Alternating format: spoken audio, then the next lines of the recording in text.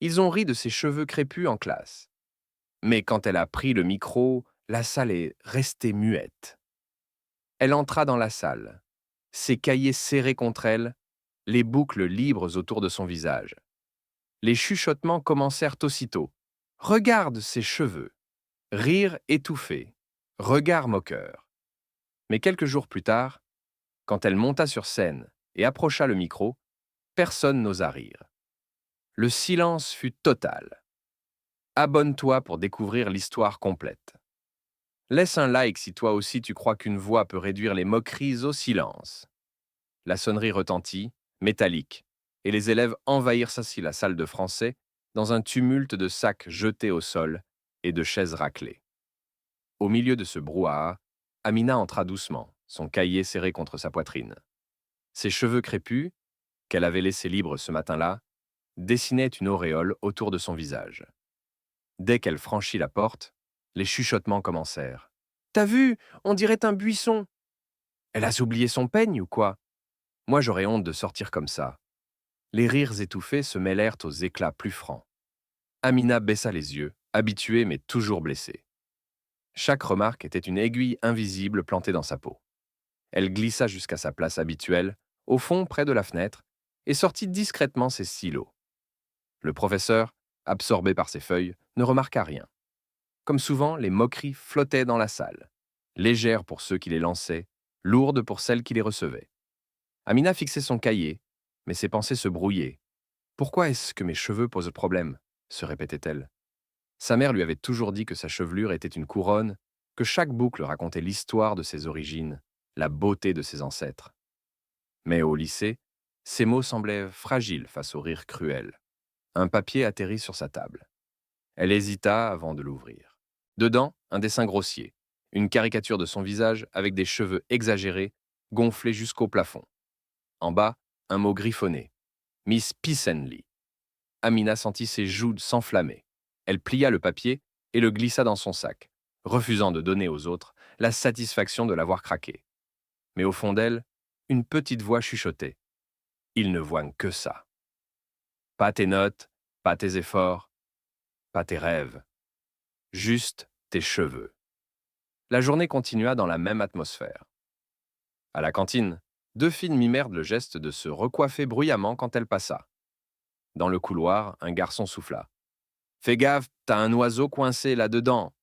Elle se réfugia aux toilettes, posa ses mains tremblantes sur le lavabo et se regarda dans le miroir. Ses yeux sombres brillaient de larmes retenues. Elle inspira profondément. Tu n'es pas ce qu'ils disent, murmura-t-elle. Tu n'es pas leur moquerie. Pourtant, le doute s'insinuait. Ce soir-là, rentrée chez elle, elle trouva un dépliant posé sur la table du salon. Sa mère l'avait laissé exprès. Concours de talent du lycée. Chanter, danser, déclamer, surprendre. Amina resta figée. Chanter, c'était son secret. Elle n'aimait ça depuis toujours. Seule dans sa chambre, sa voix se mêlant aux chansons de ses idoles. Mais personne ne le savait. Elle avait toujours eu trop peur. Sa mère entra, sourit doucement. Tu devrais y aller, ma fille. Laisse-les voir autre chose que tes cheveux. Laisse-les t'entendre. Amina hésita. L'idée la terrifiait. Monter sur scène, devant ceux qui la ridiculisaient chaque jour. Mais au fond, une flamme s'alluma. Et si, pour une fois, elle leur montrait qui elle était vraiment? Elle serra le dépliant contre elle. Dans ses yeux, une décision encore fragile venait de naître. Le dépliant resta toute la soirée, posé sur le bureau d'Amina, comme une petite lampe qui n'osait pas encore s'allumer. Elle le lisait, le repliait, le rouvrait. Concours de talent, vendredi prochain. Scène du foyer. Inscription mercredi au plus tard. Le mercredi, c'était dans 2 jours. 2 jours pour décider si elle allait enfin cesser d'être la cible silencieuse ou le rester. Après le dîner, elle se réfugia dans sa chambre. Sa mère, Mariama, passa la tête par l'embrasure. Je serai dans le salon. Si tu as besoin d'une oreille, je t'en prête 2. Merci, maman. Amina mit ses écouteurs, fit défiler sa playlist. Elle arrêta son doigt sur un morceau qu'elle chantait depuis des années, une ballade lente, ample, où la voix n'a nulle part où se cacher. Parfait donc. Elle s'éclaircit la gorge. La première note sortit, hésitante, frêle. Puis la deuxième, plus juste, plus sûre. Sa chambre se changea en petite scène. Sa penderie devint un public, ses livres, une rangée de sièges. Au refrain, sa voix s'éleva.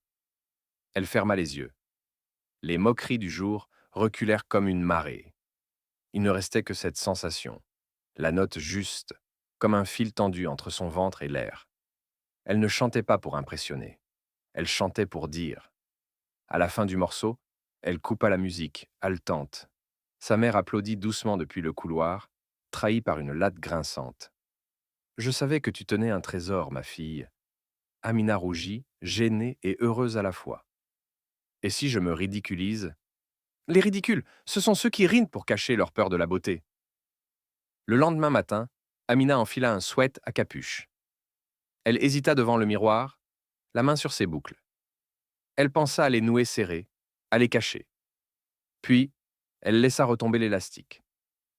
Non, pas aujourd'hui. Elle sortit avec ses cheveux libres, comme on avance tête nue sous la pluie la première fois qu'on ose.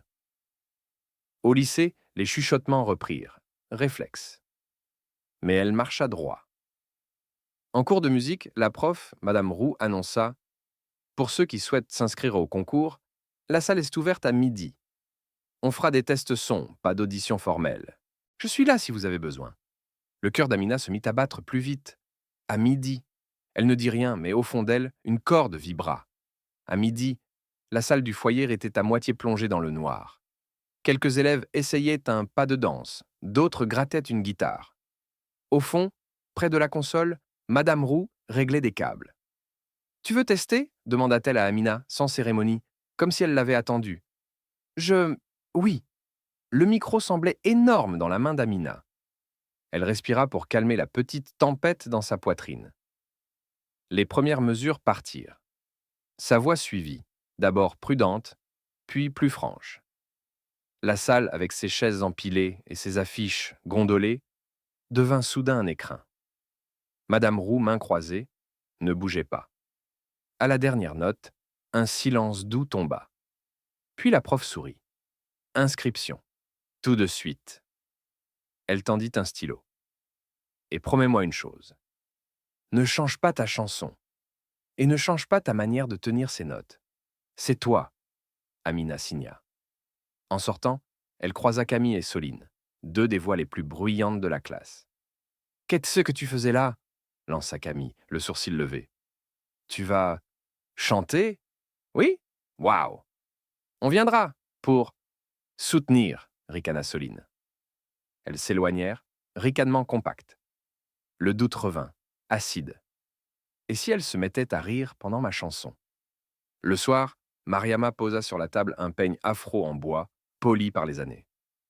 C'était celui de ta grand-mère. Tu n'es pas obligé de l'utiliser, mais je voulais te dire, tes cheveux sont une histoire. Si tu veux, on les hydrate, on les dessine comme une couronne. Si tu veux les attacher, on le fera. Si tu veux les laisser libres, on le fera aussi. C'est toi qui choisis. Amina caressa les dents larges du peigne. Je veux les laisser libres. Alors on va les accompagner, pas les dompter. Elles passèrent la soirée à coiffer sans étirer, à nourrir sans étouffer, à célébrer sans déguiser. Amina se regarda dans le miroir. Ses boucles semblaient vivantes, dessinant une dignité tranquille autour de son visage.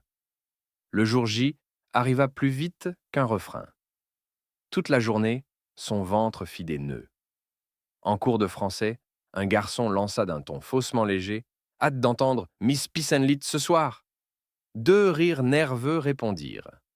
Amina serra son stylo. Elle ne réagit pas. Pas là. Pas maintenant. Chaque mot qu'elle aurait dit aurait abîmé la note qu'elle portait. À 17 heures, le foyer s'illumina. Les chaises s'alignèrent en rangées. Des ballons pendaient mollement. Les élèves affluaient surexcités. Amina, en coulisses, avait les mains glacées. Madame Roux posa un manteau sur ses épaules. « Tu as le trac ?»« Oui. »« Garde-le. Le trac, c'est une preuve d'amour. Il t'oblige à être vrai. » Les numéros s'enchaînèrent. Un duo de danse hip-hop, un stand-up hésitant, une guitare mal accordée, une chanteuse à la voix puissante qui couvrait la musique. Amina attendait. À chaque applaudissement, son cœur redémarrait. Enfin, le présentateur l'appela. Amina Diop! Elle sentit ses jambes fléchir. Elle fit un pas, puis un autre. La scène lui sembla trop grande, la salle trop pleine, les regards trop nombreux. Les projecteurs l'enveloppèrent. Elle entendit des chuchotements, une toux, un petit rire. Elle se plaça devant le micro. Ses doigts tremblaient. Elle pensa à sa mère, au peigne en bois, à la phrase qu'elle s'était répétée toute la journée. « Je ne suis pas leur moquerie !» La musique lança ses premières notes. Amina inspira profondément, approcha le micro et ouvrit la bouche. La première note sortit, fine, fragile, comme un fil tendu. Quelques ricanements fusèrent au fond de la salle, mais ils s'éteignirent presque aussitôt. La note tenait. Elle vibrait dans l'air, pure, inattendue. Amina ferma les yeux et soudain tout changea. Son trac se transforma en courant.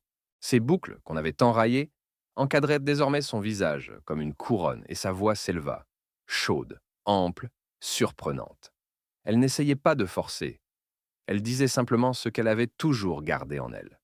Au deuxième couplet, un silence épais avait envahi la salle. Même les plus bavards gardèrent la bouche close. On n'entendait plus qu'elle. Chaque respiration, chaque note filait comme une vérité nue. Camille, assise au troisième rang, restait bouche ouverte. Elle, qui menait les moqueries, se retrouvait soudain prisonnière de ce qu'elle voyait. Une fille qu'elle croyait fragile, mais qui tenait toute une salle par une seule voix. Au refrain, Amina ouvrit les yeux. Elle croisa les regards. Certains étaient humides, d'autres simplement ébahis. Elle n'avait pas besoin de sourire. Sa chanson parlait pour elle. Je ne suis pas un pissenlit qu'on souffle pour rire. Je suis un arbre qui tient debout, même dans le vent. Ces mots, qu'elle avait écrits elle-même, frappèrent comme un coup de tonnerre. Le professeur de musique, assis au fond, sentit des larmes lui monter aux yeux, des élèves qui, quelques heures plus tôt, avaient fait mine de lisser leurs cheveux en ricanant, baissaient maintenant la tête, honteux. La dernière note s'éleva, suspendue, puis mourut, doucement. Un souffle parcourut la salle. Puis, comme une vague, les applaudissements jaillirent. Forts, sincères, longs. On cria son nom, on tapait du pied. Amina resta immobile, les yeux écarquillés. Elle n'avait jamais été applaudie ainsi. Madame Roux monta sur scène, posa une main fière sur son épaule. Voilà ce que c'est, une voix. Pas seulement un son, une vérité qu'on ne peut pas étouffer. Dans le public, un garçon se leva. C'était Karim, l'un de ceux qui l'avaient moqué. Sa voix trembla. « Je suis désolé, Amina. » Un murmure parcourut la salle. Camille voulut parler, mais ses mots se bloquèrent.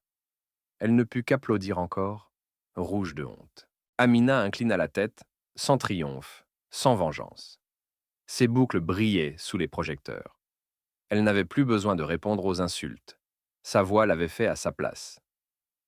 Les applaudissements durèrent si longtemps qu'Amina en eut le vertige.